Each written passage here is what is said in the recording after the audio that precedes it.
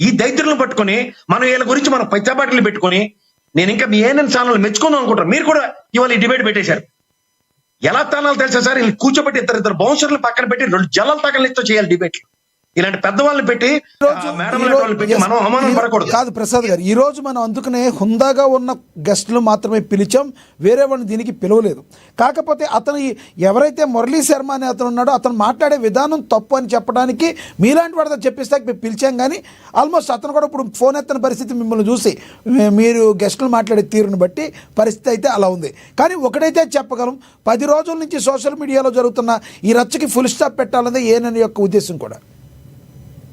చెప్తానండి లక్ష్మీకాంత్ గారు. ఇప్పుడు మీరు ఈ చర్చ పెట్టిన వల్ల ఇప్పుడు పెద్ద మేడం గారిని తీసుకొచ్చారు. నా తల్లి స్థానంలో ఉన్నవిడ ఆవిడ ఖచ్చితంగా నెక్కచ్చిగా చెప్తుంది ఇది సమాజంలో తప్పు అని. కానీ తప్పు చేస్తున్నవాడు కూడా మనకు క్రిస్టల్ క్లియర్ గా తెలుస్తుంది కదా. ఇప్పుడు ఎవడండి, ఇప్పుడు నేను సోషల్ మీడియాలో నాకు మీకు ఇద్దరికి యాక్సెస్ ఉంది. అన్వేషణ మనం ఏమైనా ప్రవర్తిస్తున్నావా?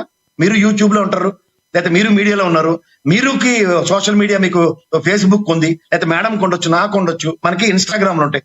ఇలాంటి పనికిమాలిన వీడియోలు ఎప్పుడైనా చేసామా మనం? అంటే మనకి సమాజ హితంలో ఒక నైతికత, సమాజంలో బాధ్యత ఇవి మనకున్నప్పుడు లేని వాళ్ళ గురించి ఇలాంటి ఎక్స్ట్రీమ్ వాళ్ళని ఎలిమినేట్ చేయండి సార్.